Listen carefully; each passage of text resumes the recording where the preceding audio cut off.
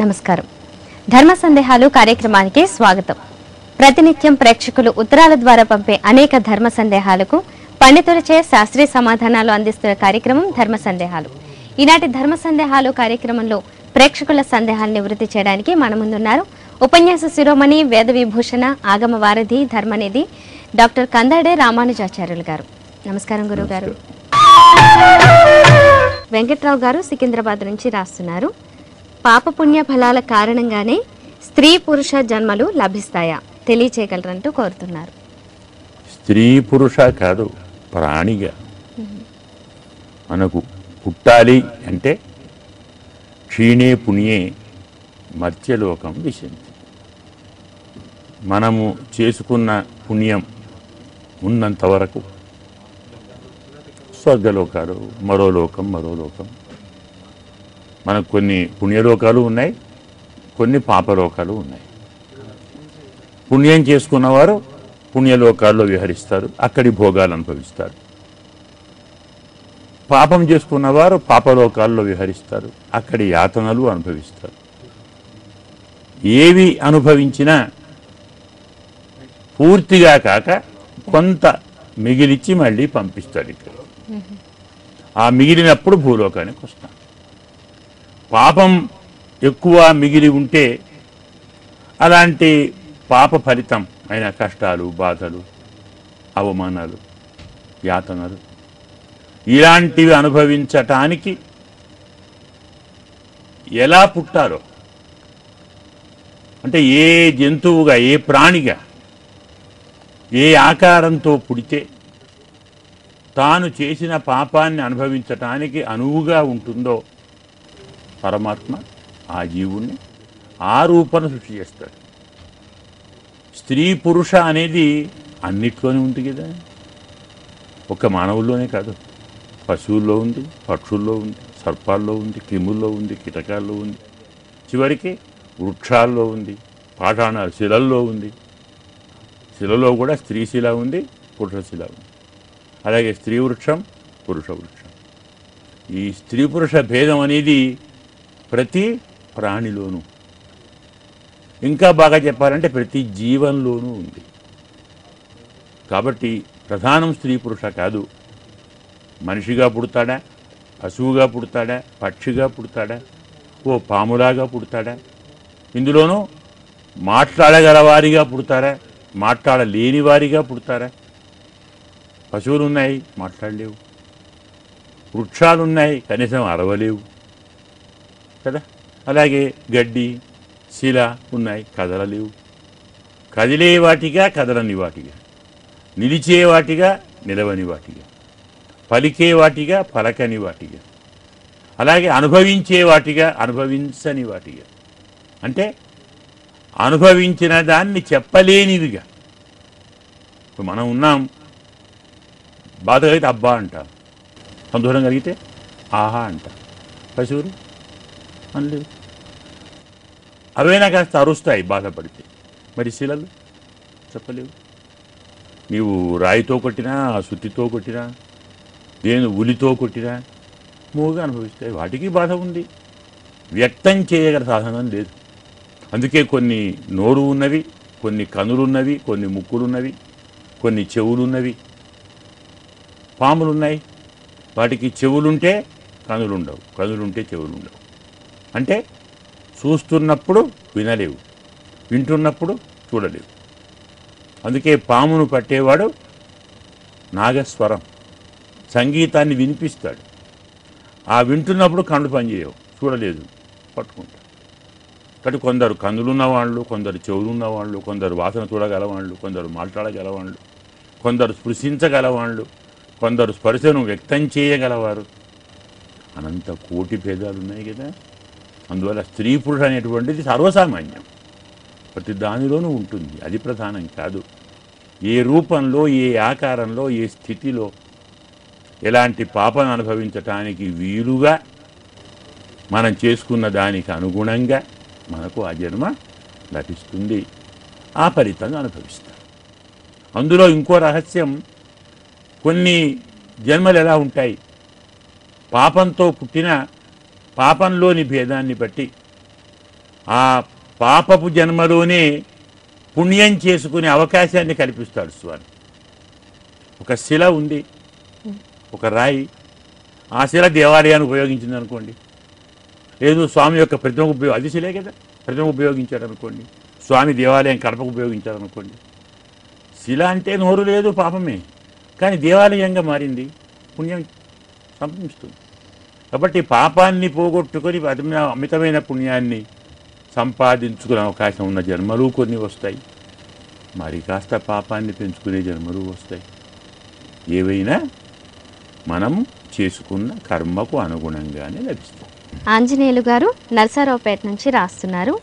కండువా ధరించే భోజనం చేయాలని అంటారు, ఎందుకు తెలియచేయగలరంటూ కోరుతున్నారు. భోజనమే కాదు, ఏ పని చేయాలన్నా పై ఉత్తరీయం లేకుండా చేయకూడదు. ఏకవస్త్రం అంటే ఒకే వస్త్రం ఉందే, ఒకే వస్త్రం ధరిస్తే వస్త్రం ధరించని వారితో సమానం. ఏకవస్త్ర వివస్త్ర, అలాగే ఏకపుత్ర అపుత్ర. ఒకే వస్త్రం ధరించిన వాడు వస్త్రం ధరించని వానితో సమానం. అలాగే ఒకే కుమారుడు ఉన్నవాడు కుమారుడు లేని వానితో సమానం. అందుకే మళ్ళీ ఇంకో పుత్రికైనా ఉండాలి కనీసం. కాబట్టి ఏకవస్త్రంతో ఏ పని చేయకూడదు. చివరికి ఏకవస్త్రంతో స్నానం కూడా చేయకూడదు. చాలాసార్లు మనం చెప్పుకున్నాం, వస్త్రము లేకుండా స్నానము చేయకూడదు, ఏకవస్త్రంతోనూ స్నానం చేయకూడదు. ఒక వస్త్రం కట్టుకోవాలి, మరొక వస్త్రం పైన నడుము గట్టిగా బిగించుకొని స్నానం చేయాలి. పూజకు కానీ, భోజనానికి కానీ, వ్రతానికి కానీ, నియమానికి కానీ, పెద్దలకు నమస్కారం చేయటానికి కానీ, భగవంతుడికి నమస్కారం చేయటానికి కానీ, ఏ పని చేయటానికైనా ఒక వస్త్రం నిషిద్ధం, పనికి రాదు. కారణం ఏమిటి? మనం ఒకటా రెండా, ఇందులో ఎన్ని ఉన్నాయి కదా. ఒక్క శరీరం పనిచేయదు, అలాగే ఒక్క ఆత్మ పనిచేయదు. అంటే ఏమిటి? శరీరము లేకుండా ఆత్మ విడిగా ఏ ఫలితాన్ని అనుభవించడానికి అవకాశం లేదు. అయితే స్థూల శరీరం, లేదు భోగ శరీరం, కాకుండా యాతనా శరీరం, లేదు దివ్య శరీరం. కాబట్టి ఏదో ఒక శరీరం, అంటే శరీరం అంటే ఇల్లు, ఆత్మ ఒక ఇల్లు ఉండాలి, ఇంటిలో ఉండే తాను పనిచేస్తుంది. ఒక్క శరీరము పని చెయ్యదు, ఒక్క ఆత్మ పని చెయ్యదు. అలాగే ఒక్క శరీరంలో కూడా ఒక్క ఇంద్రియము పనిచేయదు. ఒక కన్ను మాత్రం పనిచేస్తుందా? ఇంకొక దాని సహకారం లేకుండా ఒక్కటిగా ఏదైనా ఉండగలదా? కన్ను చూస్తుంది ఎప్పుడు? చూడమని చెప్పితే. మనసు చూడమని చెప్పితే కన్ను చూస్తుంది. మనసు సహకారం లేకుంటే కన్ను చూడలేదు. చూసినా చూశానని చెప్పలేదు. చెవి వినలేదు. నాలుక చూడలేదు. ఏదో మాట్లాడుకుంటూ ఏదో ఆలోచిస్తూ మనం తిన్నామనుకోండి, ఎలా ఉంది భోజనం, ఏం చెప్తాడు? సరిగ్గా ఏదో తిన్నానండి, దృష్టి పెట్టలేదు. ఒకటే ఉంది, పని చేయటం లేదు. ఒకటిగా మరొక దాని సహకారం లేకుండా ఈ ప్రపంచంలో ఏది ఉండజాలదు, ఉండదు. పరమాత్మ జీవాత్మతో ఉంటాడు, జీవాత్మ పరమాత్మలో ఉంటాడు. ఈ జీవాత్మ ప్రకృతితో కలిసి పరమాత్మను సేవిస్తాడు. ప్రకృతి లేకుండా జీవాత్మ లేదు, జీవాత్మ లేకుండా ప్రకృతి పరిణమించదు. ఈ ఇద్దరూ కలిసి పరమాత్మలో ఉంటారు. కాబట్టి 1, 2, 3 అనేటువంటి తత్వాలు. ఒక్క తత్వం పరబ్రహ్మతత్వం, ఏకమేవ అద్వితీయం బ్రహ్మ. అలాంటి పరబ్రహ్మను చేరాలంటే 2 కావాలి కదా, ఒకటి పనిచేయాలి. అందువల్ల 1 అనేది నిషిద్ధం. ఒక ఉత్తరీయము నిషిద్ధమే, ఒక అంగవస్త్రము నిషిద్ధమే, ఒక ఇంద్రియము నిషిద్ధమే. భోజనం చేయాలి, ఒకటి చాలా, చెయ్యి చాలా, నోరు కావాలా? పోనీ నోట్లో పండు చాలా, నాలుక అవసరం లేదా? పోనీ నాలుక చాలా, దవడలు అవసరం లేదా? మింగడానికి గొంతు కావాలా? నోట్లో లోపలికి పోయిన తర్వాత కడుపులో మరి లివర్ జఠరాగ్ని ఉంటుంది, అరిగించాలా? అరిగించిన అన్నిటికీ పంచాలా? ప్రపంచమంతా పరస్పర సహకారంతో బతుకుతుంది, ఒంటిగా ఏదీ బతకలేదు. అందుకే అంతటా ఏకత్వం నిషిద్ధము. పరమాత్మ, జీవాత్మ, ప్రకృతి వాటిని పొందటానికి, వారిని చేరటానికి, వారి సహకారాన్ని తీసుకోవటానికి, అజ్ఞానాన్ని తొలగించటానికి రెండు కావాలి. అందువల్ల ఒక వస్త్రం పనికిరాదు. అలాగే ఒకదాని ఎందే మనస్సు ఉంచాలి. మనస్సు ఒకటే, కానీ బుద్ధి లేకుంటే మనస్సు పనిచేయదు. బుద్ధితో కలిసిన మనస్సును పరమాత్మ ఎందుకు ఉంచాలి. ఇది శాస్త్ర సిద్ధము. వల్ల కండువ లేకుండా, మరొకటి లేకుండా, రెండోది లేకుండా ఒక్కదానితో ఏ పని చేయకండి. అలా చేస్తే ఫలితం మనకు అనుకున్న రీతిలో పొందలేం. మనోహర్ గారు కందుకూరు నుంచి రాస్తున్నారు. వర్జ్యంలో చేయకూడని చేయదగిన పనులు ఏమిటి తెలియచేయగలరంటూ కోరుతున్నారు. వర్జ్యం అంటేనే వదిలిపెట్టదగినది. ఇంకా ఏముంటాయి అందులో? దాని పేరే వర్జ్యం. అంటే వదిలిపెట్టదగినది. ఆ సమయాన్ని వదిలిపెట్టాలి. ఆ సమయంలో న్యాయంగా ఏ పని చేయకూడదు. ఏ పని అంటే శరీరము కానీ అవయవాలు కానీ సహజంగా ఆచరించేటువంటి పనులు తప్ప ప్రత్యేకించి ఆచరించవలసిన పనులేవి చేయకూడదు. వర్జ్యంలో న్యాయంగా చేయదగిన పని, తప్పక చేయవలసిన పని భగవన్నామ సంకీర్తన. భగవంతుణ్ణి ఆరాధించండి, పరమాత్మ నామ సంకీర్తనం చేయండి, భజన చేయండి, భగవంతుని కథలు వినండి. ఒక వర్జ్యమే కాదు, మనము వేటిని వదిలిపెట్టాలనుకుంటామో, పనులు చేయకూడదు అనుకుంటామే, అలాంటి వాటిలో భగవత్ సేవ చేయండి. ఈ సంవత్సరం రాబోతున్నది అధిక భాద్రపదం, అధిక మాసం, పురుషోత్తమ మాసం అని చెప్పుకుంటాం. ఈ అధిక మాసం అనేది ఏ శుభకార్యాలకు పనికిరాదు.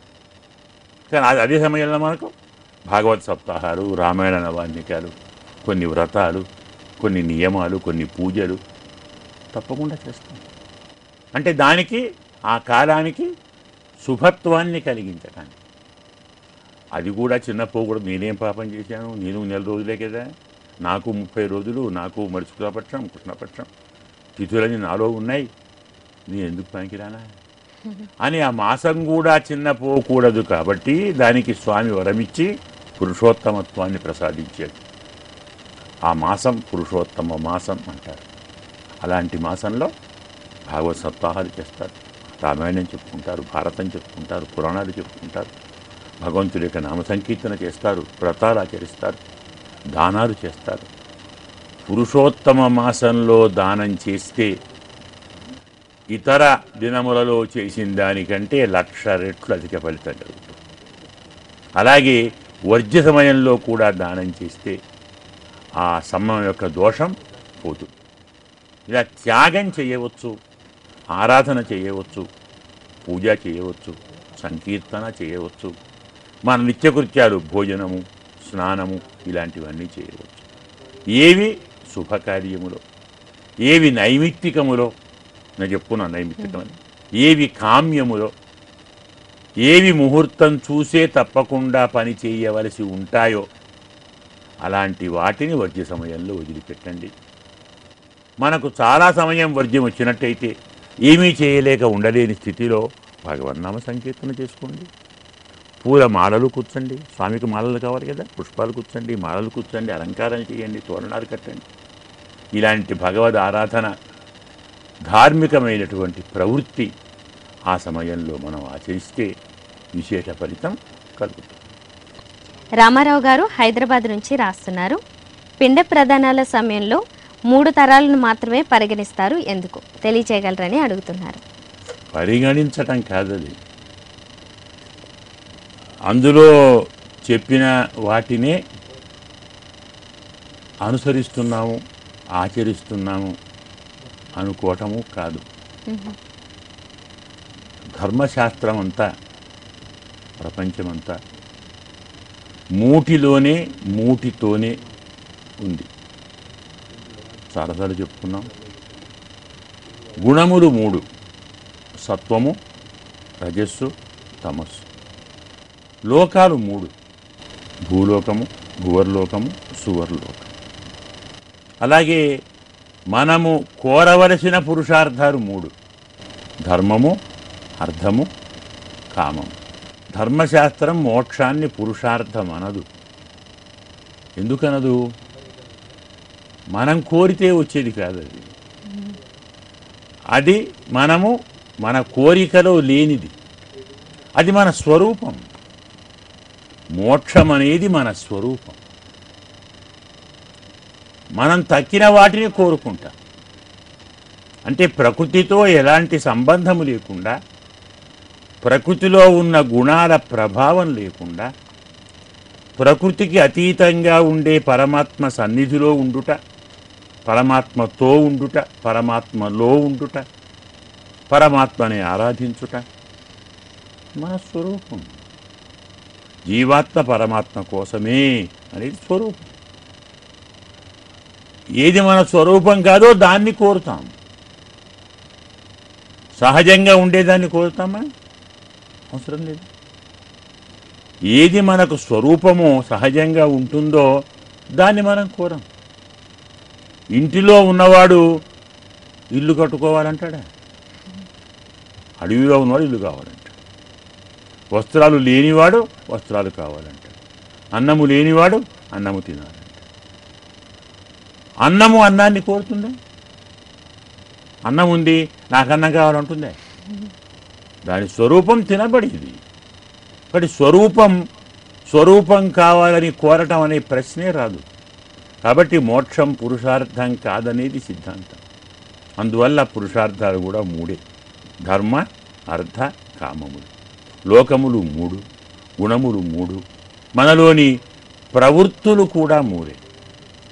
ప్రవృత్తి అన్నదానికి కొంచెం లోతుగా వెళ్ళి ఆలోచిస్తే ఇంద్రియములు, మనస్సు, బుద్ధి. మనం ఏ పనైనా మూడుతోటే చేస్తాం కదా. ఇలా ప్రపంచమంతా మూడులో ఉంది. అందుకే తరాలు కూడా మూడు. వాటిని మాత్రమే స్మరిస్తాం. తాతగారు, తండ్రి గారు, ముత్తాతగారు, తాతగారు, తండ్రి గారు, పితృ, పితామహ, ప్రపితామహ అని చెప్తాం. మనకు ఈ సిద్ధాంతాన్ని, ఈ ప్రచారాన్ని, ఈ శాస్త్రాన్ని, ఈ ధర్మాన్ని, ఈ నియమాన్ని ప్రవర్తింపచేసిన వాడు వరాహస్వామి, వరాహావతారం. వరాహావతారమే పితృయజ్ఞాన్ని, దేవయజ్ఞాన్ని, భూతయజ్ఞాన్ని, ఋషియజ్ఞాన్ని, అతిథి యజ్ఞాన్ని, పంచయజ్ఞములను ప్రవర్తింపచేసిన వాడు వరాహస్వామి. అందుకే ఆయన ఏమంటాం? మనం యజ్ఞవరాహమూర్తి అంటాం. యజ్ఞములను ఈ భూమండలంలో ప్రవర్తింపచేసిన మహానుభావుడు వరాహస్వామి. అతను 3 పిండములే పెట్టాడు. ముగ్గురిని ఆరాధించమన్నాడు. విధానం కూడా చూపాడు. ఇందువల్ల మనం ఆ ముగ్గురిని స్వీకరిస్తాం, వారినే ఆరాధిస్తాం. రవికుమార్ గారు ఏలూరు నుంచి రాస్తున్నారు. పిండ ప్రదానాలు చేసే సమయంలో మెడలో రుద్రాక్షమాల ఉండవచ్చునా తెలియజేయగలరంటూ కోరుతున్నారు. రుద్రాక్షమాల, జపమాల, తామర పూసల మాల, మరొక మాల, ఇవన్నీ శరీరానికి పవిత్రతను కలిగించేవి, అపవిత్రతను తొలగించేవి. పవిత్రమైన కార్యక్రమాలు చేస్తున్న ప్రతి సమయంలోనూ అవి ఉండవచ్చు. దీనివల్ల శరీరం అపవిత్రమవుతుందో ఆ పని చేస్తున్నప్పుడు మెడలో జపమాలలు ధరించరాదు. స్నానం చేస్తుంటాం, ధరించరాదు. మలమూత్రాలు విడుస్తుంటాం, ధరించరాదు. పడకపై పడుకుంటాం, ధరించరాదు. అపవిత్రతలకు వెడుతుంటాం, ఎక్కడికో, ధరించరాదు. వేటితో శరీరం అపవిత్రమవుతుందో, వేటితో మనస్సు కలుషితమవుతుందో, దేనితో బుద్ధి పక్కదారి పడుతుందో అలాంటి సమయంలో ధరించరాదు. మనము పవిత్రంగా ఉన్నా పవిత్రంగా లేని వారి మధ్యకు పోవలసి వచ్చినప్పుడు కూడా తీసి వెళ్ళాలి. మనం బాగున్నాం, స్నానం చేసే ఉన్నాం, సంధ్యావందనం చేసుకున్నాం, వ్రతాన్ని నియమాలు ఆచరించాం, శుభ్రంగా ఉన్నాం. కానీ చుట్టూ శుభ్రంగా ఉండరు కదా. మనం వెళ్ళే ప్రదేశం ఎలాంటిదో చూచి పవిత్రత కాపాడబడుతుందా, ఈ శుద్ధి, ఈ నియమం అక్కడ అనుసరించగలమా? అనుసరించేవారు అక్కడున్నారా? ఎందుకంటే మన ఇల్లు బాగుందనే ఆలోచన తప్పు. పక్క ఇంటికి నిప్పంటుకుంటే మన ఇల్లు బాగుంటుందే? త్వరలో అంటుకోబోతుంది. కాబట్టి మనం అపవిత్రంగా లేకున్నా, పవిత్రంగా ఉన్నా, అపవిత్రంగా ఉన్న వారితో కలిసి ఉంటే పరిస్థితి ఏంటి? మనం అదే అయిపోతాం. ఈ కారణంతో ధార్మిక కార్యక్రమాలకు, దైవిక కార్యక్రమాలకు, ఆధ్యాత్మిక కార్యక్రమాలకు, ధర్మ మోక్ష అర్థ కామ సాధనాలకు ఆచరించవలసిన కార్యక్రమములలో విస్పష్టంగా, నిశ్చయంగా చివరికి భార్యను కూడా దూరంగానే కూర్చోమన్నాడు. భార్యను కూడా తాకరాదు, వేరే వారిని కాదు. అలాగే భార్య భర్తను తాకరాదు. ఎందువల్ల? సంబంధం వేరు, నియమం వేరు, ఫలితం వేరు, పవిత్రత వేరు. మళ్ళీ శరీరము పవిత్రంగా ఉండాలి, మనస్సు పవిత్రంగా ఉండాలి, ప్రదేశము పవిత్రంగా ఉండాలి, చేసే పని పవిత్రమైంది కావాలి, వాతావరణం పవిత్రమైంది కావాలి. ఈ 5 ఎక్కడ పవిత్రంగా ఉంటాయో ఆ అన్ని ప్రదేశాలలో మాలలు ధరించవచ్చు.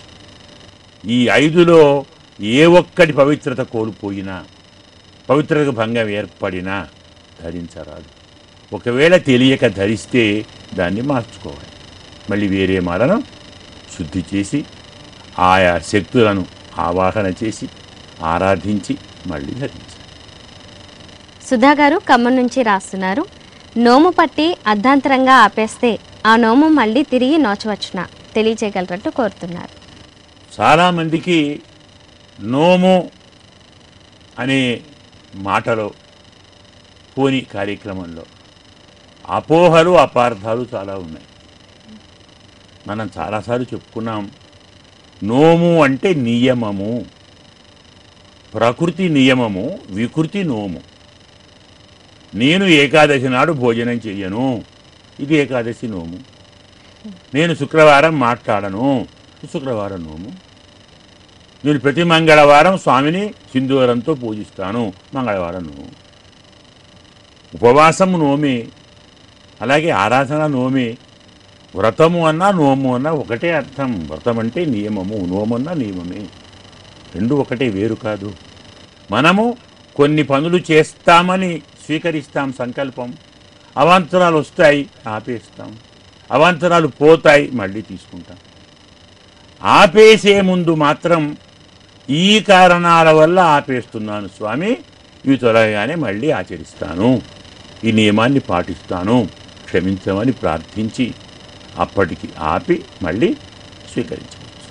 చాలా సంతోషం అండి. ఇప్పటి వరకు మీ విలువైన సమయాన్ని కేటాయించి మా ప్రేక్షకుల ధర్మ సందేహాలు నివృత్తి చేసినందుకు ధన్యవాదాలండి. నమస్కారం. చూశారు కదండి, ఇది ఇవాల్టి ధర్మ సందేహాలు కార్యక్రమం. మీకు కూడా ఏవైనా ఆధ్యాత్మిక సందేహాలు కలిగినట్లయితే మాకు తెలియచేయండి. మా చిరునామా ధర్మ సందేహాలు, కేర్ ఆఫ్ భక్తి TV, road number 92, Jubilee hills, Hyderabad 5,96,000. మా ఇమెయిల్ ఐడి bhakti@gmail.com. ఇది ఈనాటి ధర్మ సందేహాలు కార్యక్రమం. మరో చక్కటి ధర్మ సందేహాలు కార్యక్రమంలో మళ్ళీ కలుసుకుందాం. అంతవరకు సెలవు. నమస్కారం.